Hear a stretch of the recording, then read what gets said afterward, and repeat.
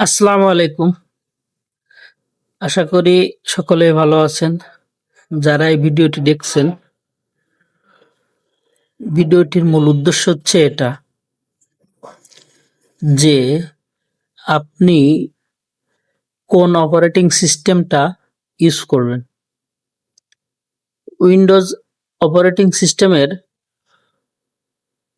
মোটামুটি কয়েকটি ভার্সন সবাই ব্যবহার করে। 7, উইন্ডোজ 10 এবং 11।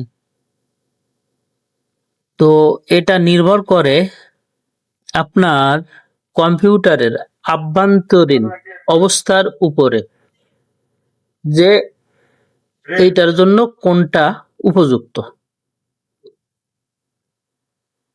অনেকেই না বুঝে